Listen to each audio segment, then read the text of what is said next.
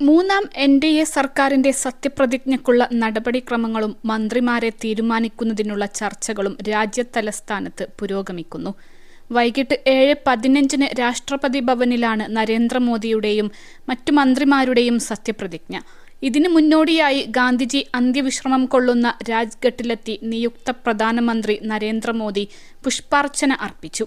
കേരളത്തിൽ നിന്നുള്ള ഏക BJP MP സുരേഷ് ഗോപിയോട് ഡൽഹിയിലെത്താൻ നരേന്ദ്രമോദി നേരിട്ട് വിളിച്ച് അറിയിച്ചു.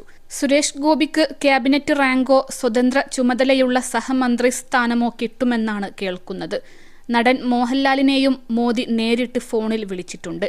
വ്യക്തിപരമായ അസൗകര്യം കാരണം എത്താനാകില്ലെന്ന് മോഹൻലാൽ അറിയിച്ചതായാണ് സൂചന. കേന്ദ്രമന്ത്രിയാകുമെന്ന അഭ്യൂഹങ്ങൾക്കിടെ നിയുക്ത MP സുരേഷ് ഗോപി തന്റെ സിനിമാ തിരക്കുകൾ കേന്ദ്ര നേതൃത്വത്തെ അറിയിച്ചു. 4 സിനിമകളിൽ കരാറിലേർപ്പെട്ടിട്ടുണ്ടെന്നും കേന്ദ്രമന്ത്രിയായാൽ ഈ സിനിമകൾ മുടങ്ങുമോയെന്ന ആശങ്കയുണ്ടെന്നും അദ്ദേഹം പറഞ്ഞെന്നാണ് വിവരം. +2 ഡിഗ്രി കഴിഞ്ഞവർക്ക് വേൾഡ്സ് ഫസ്റ്റ് AR/VR ക്ലാസ് റൂമിലൂടെ സ്മാർട്ട് ഫോൺ എഞ്ചിനീയർ ആവാം. കൂടുതൽ അറിയാൻ വിളിക്കൂ ബ്രിഡ്കോ ആൻഡ് ബ്രിഡ്കോ. പുതിയ NDA സർക്കാരിൽ ആഭ്യന്തരം, ധനം, പ്രതിരോധം, വിദേശകാര്യം എന്നീ വകുപ്പുകൾ BJP തന്നെ കൈവശം വെക്കുമെന്നാണ് സൂചന. പ്രത്യയശാസ്ത്രപരമായി പാർട്ടി പ്രാധാന്യം കൽപ്പിക്കുന്ന വിദ്യാഭ്യാസം, സാംസ്കാരിക വകുപ്പുകളും സഖ്യകക്ഷികൾക്ക് നൽകാൻ സാധ്യത കുറവാണ്. രാഷ്ട്രപതി ഭവനിലെ ചടങ്ങിൽ BJPയുടെയും മറ്റു ഘടകകക്ഷികളുടെയും മന്ത്രിമാർ സത്യപ്രതിജ്ഞ ചെയ്ത് അധികാരമേൽക്കും. 2019 പ്രധാനമന്ത്രിക്കൊപ്പം ഘടകകക്ഷികളിൽ നിന്നുൾപ്പെടെ 24 ക്യാബിനറ്റ് മന്ത്രിമാരും സ്വതന്ത്ര ചുമതലയുള്ള 9 സഹമന്ത്രിമാരും 24 സഹമന്ത്രിമാരും സത്യപ്രതിജ്ഞ ചെയ്തിരുന്നു.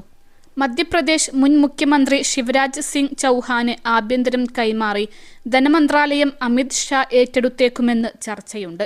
പാർട്ടി അധ്യക്ഷ പദവിയിൽ ഈ മാസം കാലാവധി തീരുന്ന JP നഡ്ഡ മന്ത്രിസഭയിൽ തിരിച്ചെത്തിയേക്കും. കഴിഞ്ഞ സർക്കാരിലെ പ്രമുഖരായ രാജ്നാഥ് സിംഗും നിതിൻ ഗഡ്കരിയും മന്ത്രിസഭയിൽ തുടരും. TDPയിൽ നിന്ന് റാം മോഹൻ നായിഡു, ഡോക്ടർ ചന്ദ്രശേഖർ പെമ്മസനി എന്നിവർക്കാണ് മുൻതൂക്കം.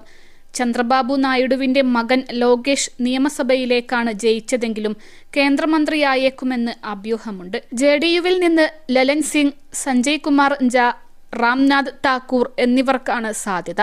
JDUവിന് ഒരു സഹമന്ത്രി കൂടിയുണ്ടാകും. LJP അധ്യക്ഷൻ ചിരാഗ് പാസ്വാനും ക്യാബിനറ്റ് മന്ത്രിസ്ഥാനം ഉറപ്പിച്ചിട്ടുണ്ട്. RLDയുടെ ജയന്ത് ചൗധരി ഉൾപ്പെടെയുള്ള ഘടകകക്ഷി നേതാക്കളും മന്ത്രിസഭയിലുണ്ടാകും. അൽസലാമ ഐ ഹോസ്പിറ്റൽ 21 ലക്ഷത്തോളം സന്തുഷ്ടരായ ഉപഭോക്താക്കളും 2 ലക്ഷത്തോളം തിമിര ശസ്ത്രക്രിയകളും പൂർത്തിയാക്കിയ മലബാറിലെ ഏക കണ്ണാശുപത്രി. ലോകോത്തര നിലവാരമുള്ള ചികിത്സാ സംവിധാനങ്ങൾ, എല്ലാ നേത്രരോഗ ചികിത്സാ സൗകര്യങ്ങളും വിദഗ്ധരായ ഡോക്ടർമാരുടെ മേൽനോട്ടത്തിൽ. Al Salama eye hospital, hospital road, Perinthalmanna.